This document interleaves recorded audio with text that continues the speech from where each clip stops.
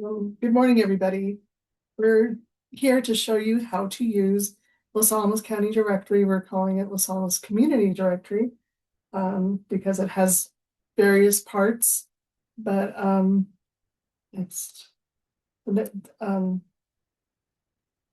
so why we have a directory is because we want to have a centralized location for residents and visitors also to find businesses, nonprofits, and events. This will support the local economic development, shopping, and also events that occur in Los Alamos.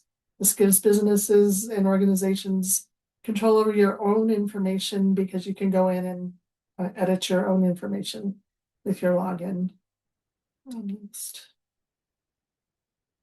And who can be listed? So anybody who has a business and has a valid business license. So we will check that as soon as you submit your information to us. We check to see if it's up to date. Any nonprofit organization, and then hosts of events. And you will manage your own listing because you edit your hours, you provide the description of what's happening, you can add photos, you can highlight sales, you can add something that later on if you want to just promote something, and you can do it at any time in any day. So now we're going to kind of move on to how do you create an account? So step one is you can open up a web browser and go to losalamosnm.us/directory. Or if you're on your computer right now, you can also utilize the QR code because you can do this on a mobile device as well. And then the first thing you'll want to do is click Get Started to create your account.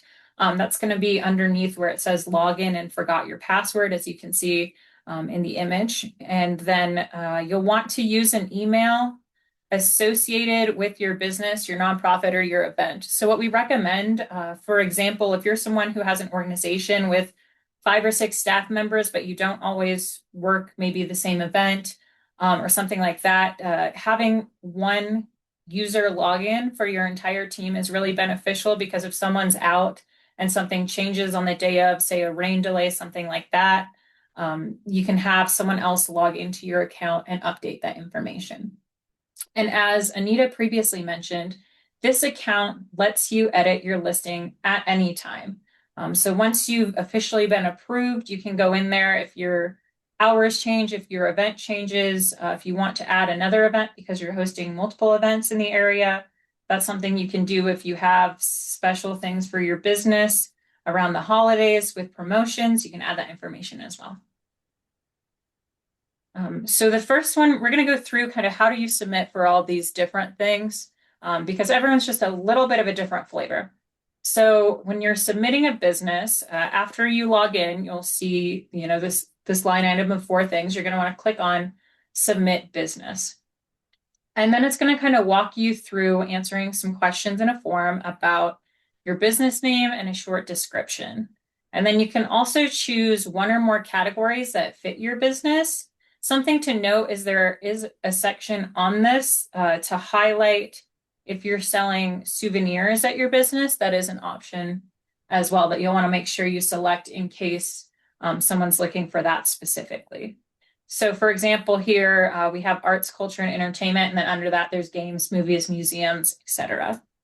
And then you can also upload an image to help customers recognize you, which is really great. I think that's something that everyone should offer so they can kind of get an idea of what your business might be offering.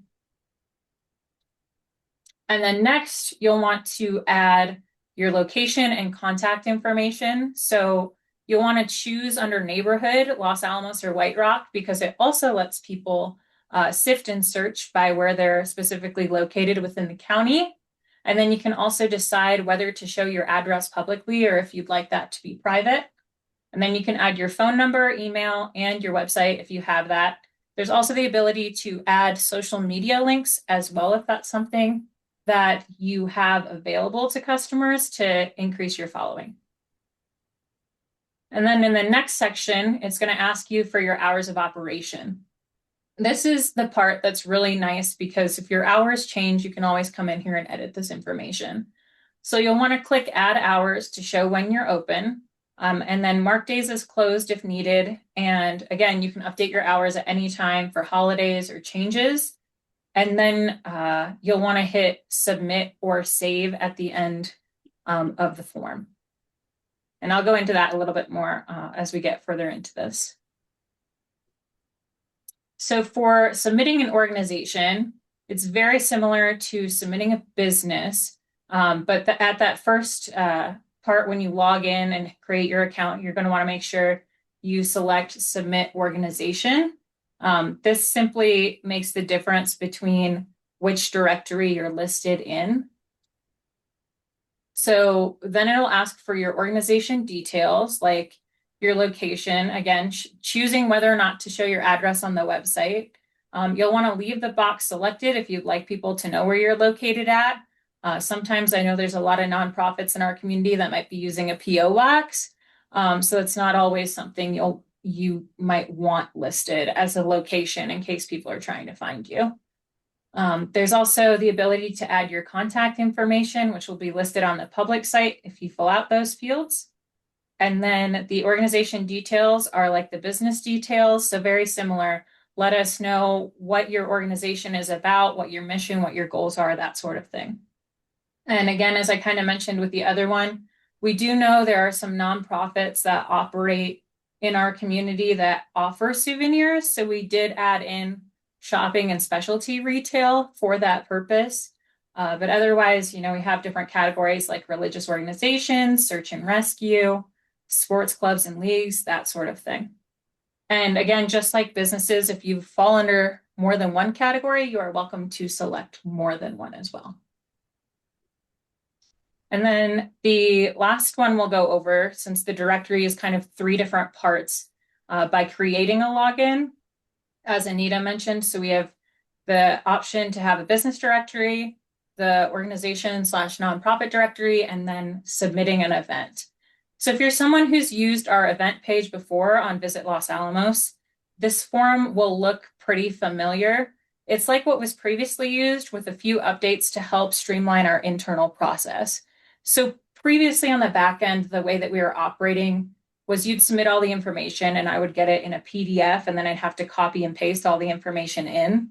With this new software, we are able to, once you hit submit, it'll actually pre-create that page on the back end for me. So it saves a lot of time on our end and we can get your event up faster. But your event submission should always include, when you have it, the information about the event, what's the purpose of it, the location, contact information, and then social media and supporting information. Something to note, which we do have in our informational how-to packet, is that we often tend to, in order to stay neutral, we don't usually publish events that are political or religious in nature, just so you're aware if that's something. But you can always, we recommend, feel free to submit the form.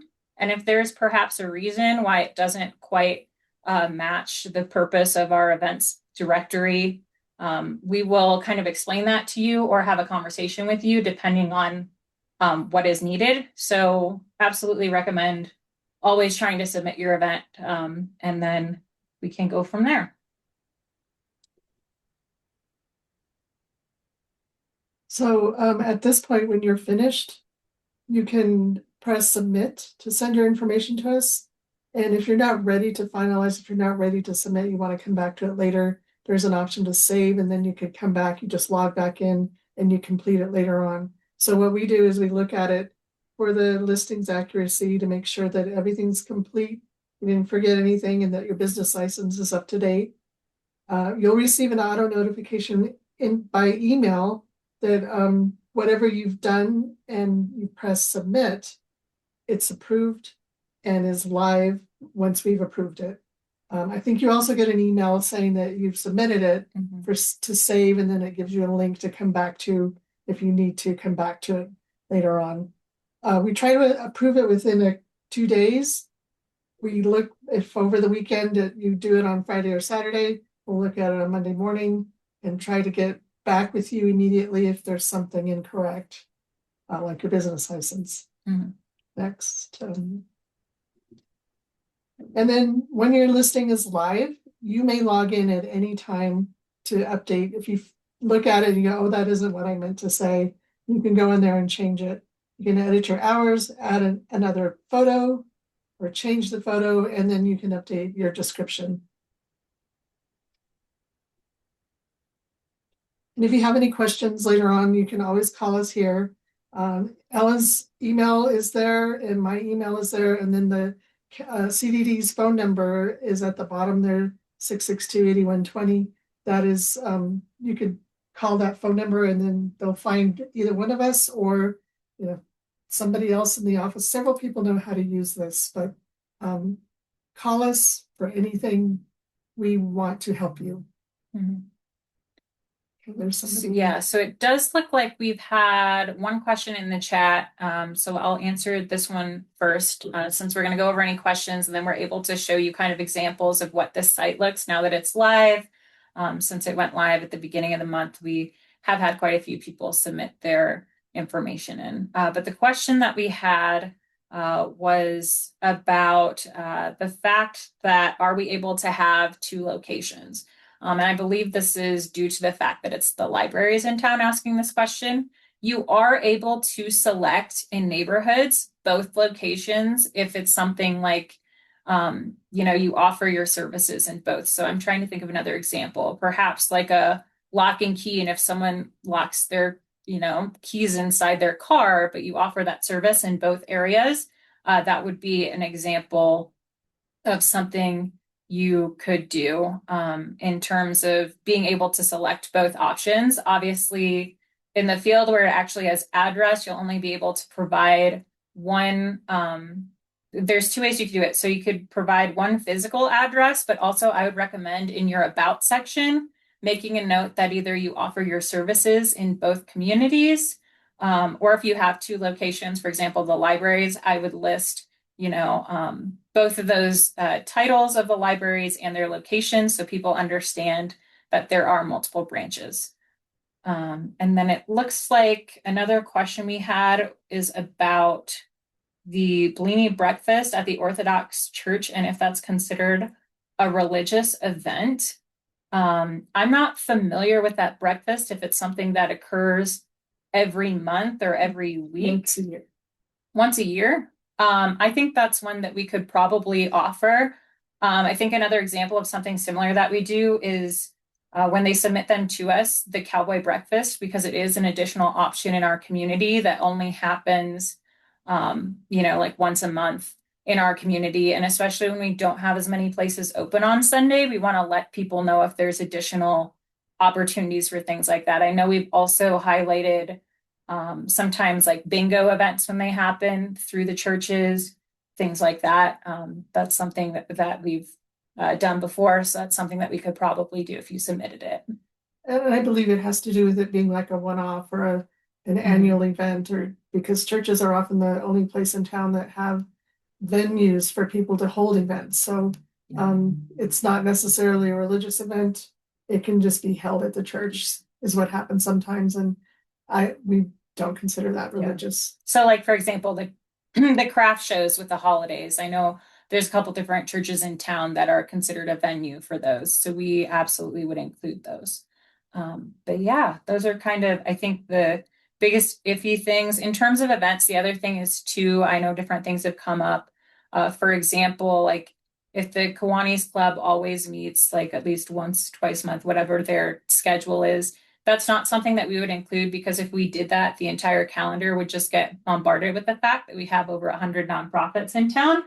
But we do absolutely recommend if you're someone who's with a nonprofit or knows someone who is, to include that information in your about section, because if someone's looking for a way to get involved in the community, then they can find all that information in one place.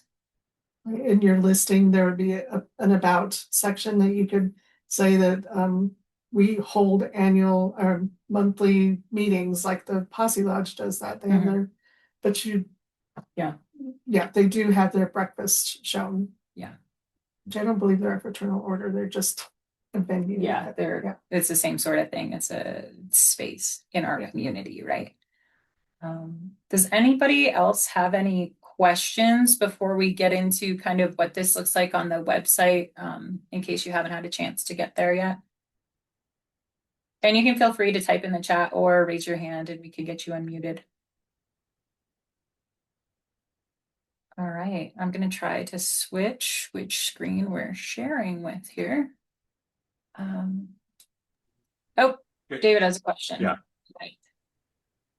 How do you track kind of descriptions or events that are out of date that maybe the organization is no longer active, or I mean, that would be the worst case, right? But situations where people just don't track the currency of the information about an event or about the organization.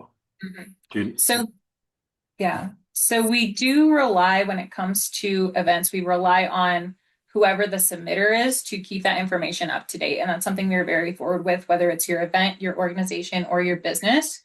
There are options on the back end, as Anita mentioned, where you can edit all those different things. But with that, it also allows the option to, what is the word that they use on the back end? It's like, essentially, if you were to have something like, say, like something terrible happened and you had a fire at your business, so you're not going to be open for the foreseeable future, but you're not out of business, it does offer you the option to kind of pull your listing down and then come back to it later and republish it. It's called archiving it. That's the word I was looking for.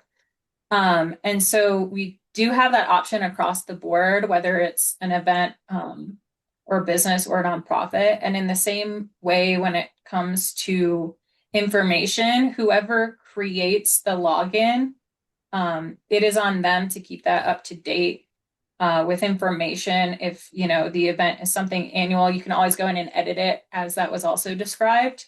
But then additionally, if there is a situation where maybe all the logins were connected to someone who's no longer with the organization or something has changed, you can absolutely reach out to us. And then once you create a new account and we verified that information and kind of try to contact that person who may no longer be with an organization, we can connect you to the pages that they used to kind of have control over on the backside, so you would be able to edit those. Does that answer your question? Yes, it does. Thank you. All right. I am going to, and feel free to raise your hand if there's any additional questions that come up, but I'm going to share a screen and I'm going to let Anita do kind of a little, I'll drive for her, but a little walkthrough of kind of where you find this information on our websites. So, yeah. Are you? Yeah. Okay. When you get to this link, which is the one that we have published, there's two places that you can click on, the two links at the bottom, the business directory or the nonprofit. Click on the business directory. Right. Yeah, I had it open, but I can't see it. Oh. Here we go. And this is what it looks like once it's published. So that it'll have the entirety of whoever's submitted, and you can scroll down and then you will see the different businesses. And then when you click on a business, like the top one there, bathtub row, it gives you the specifics. So there's a little map. Once you put in your location, it'll geolocate it for you. And then on the right-hand side are the contact information and your hours, and then your social media links at the bottom. If you go back to the business directory, you see the search directory part there. That's where you can do the when you put in your information, this is how people can search. So let's say you have all these different options. When you put in you as the person who's creating your account, this is where you would click the different options that you have. So you're going to maybe offer food and souvenirs. You can click both of them, or personal services and I don't know, retail offerings. So then over there in the by phrase or keyword, you can type in something and it will sort out all the businesses that offer that particular thing. So Bathtub Row Brewing is the only one that has so far listed themselves as a restaurant. But when we have more, maybe all of them will show up, and maybe they will also have retail offerings. I think Blue Window offers like cups and mugs and t-shirts, so they could put that they have souvenirs or retail offerings. And then you can also do that by neighborhood. So those are the places in Los Alamos that offer healthcare. So do you want to do events or? Yeah, and then we'll hop to nonprofits first. Again, very similar. In the same sort of way, you can search it by categories, by neighborhood, or keyword or phrase. Same sort of thing. They look very similar in the descriptions, that sort of thing. Again, it's really up to you how much information you put in here for the public to know. So for example, this one, LACDC, included multiple links to information about their chamber, the Main Street and Creative District, and Discover Los Alamos, their different parts. Again, they included their mission and vision. It's really up to you. The page is what you make of it. So you could have as little information or as much as you want. And then we'll hop to the events. The events are a little different. I can't recall if I said this when we started. So the nonprofit and the business directory are both available on the visitor website as well as the county website proper. The way that the events work is they are only on the visitlosalamos.org website. That is due to merging a couple different events sites that existed last year to keep it in one place. The issue with putting it on the county website is the county lists all of their main events, so it would get confused and kind of lost. So you'd be seeing council meetings mixed in with some of this stuff, whereas the Visit Los Alamos website is strictly for kind of the community aspect of other things that are going on and happening. Again, very similar in terms of you can search it by phrase or keyword, by neighborhood, or by category. They're kind of higher level, depending on what you're looking for. If you're looking for something for kids and family versus sports or a workshop. And then you can also search if the event is free, which is really great. If you're looking for something to do because you have family in town, anything like that. You can also search by date. But in the same fashion, this is another one where it, as much as you put into it is how much you get out of it. So for example, this one, there's an event with the Santa Fe Opera on screen coming up. So they kind of gave a synopsis of, here's what you can expect if you come to see this movie on the screen. And then also you can include links. So the ability to have a space to call to action for people to go get their tickets if a ticket is required.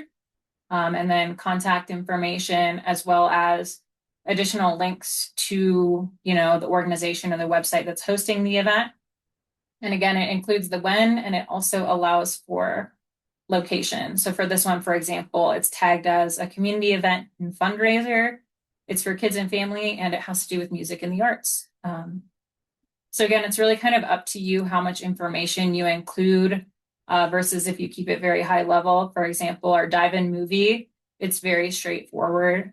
This is a county hosted event for the public and community. As you can see, it just kind of gives information about the price of tickets, how many, the limitation on how many participants are allowed, and then that social media information as well as, purchase your tickets here and when the event will be hosted and where. Are there any additional questions now that we've kind of walked through what this looks like on the public side, and we've kind of looked at how do you create and set up an account?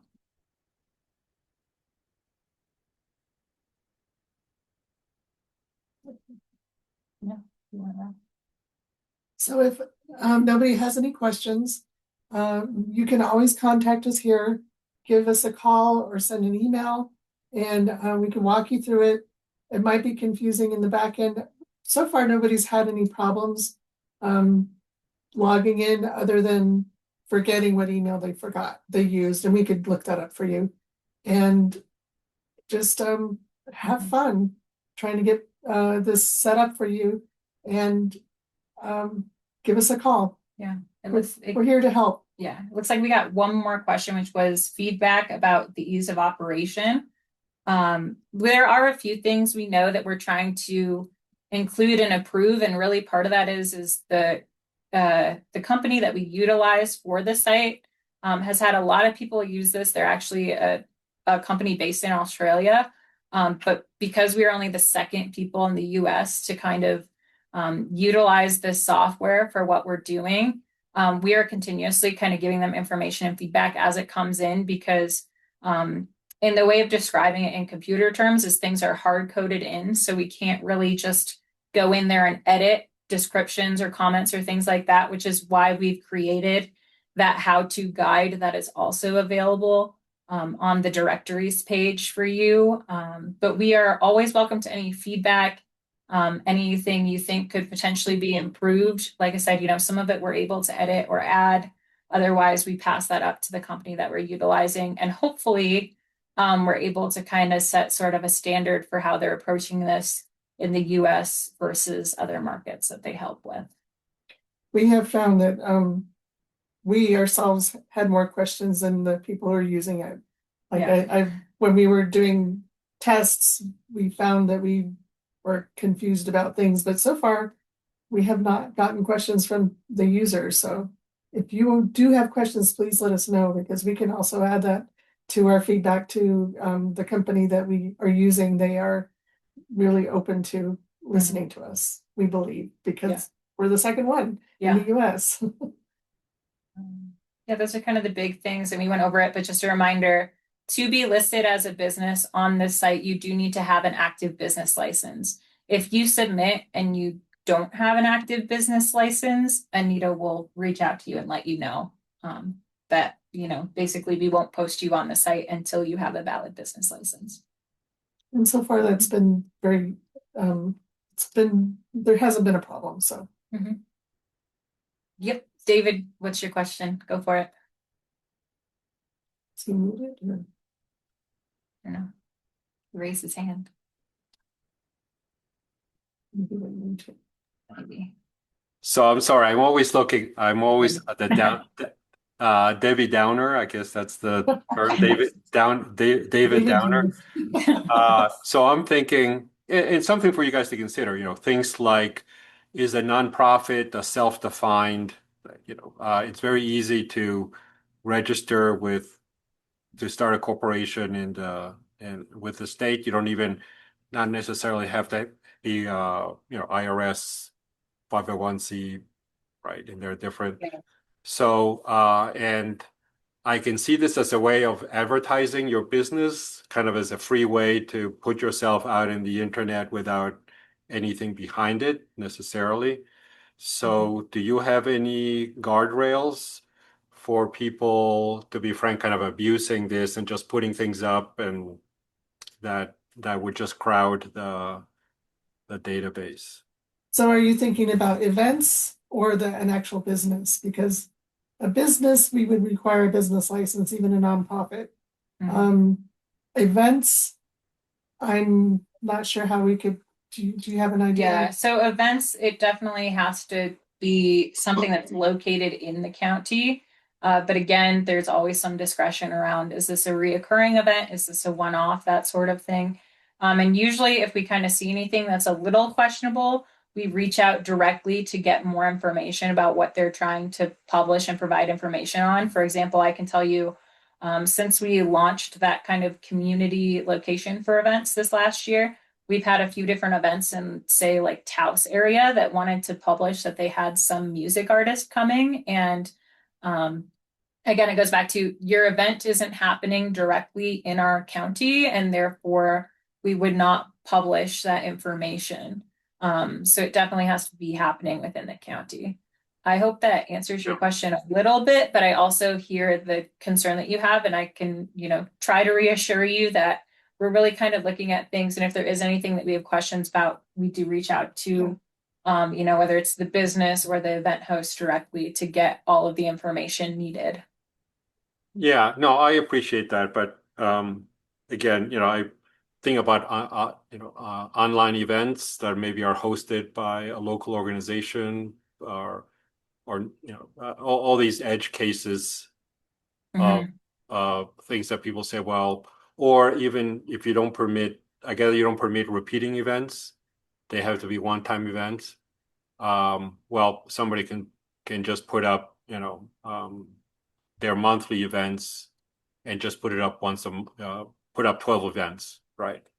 Yeah. So, Yeah. and so, yeah, again, I'm not saying that anybody would necessarily abuse it, but it'd be better to kind of have some kind of policy where you can address that before it happens rather than backfilling and then people feel like you're adjusting their policies based on their Right. example, Safety right? shares. Yeah. Right.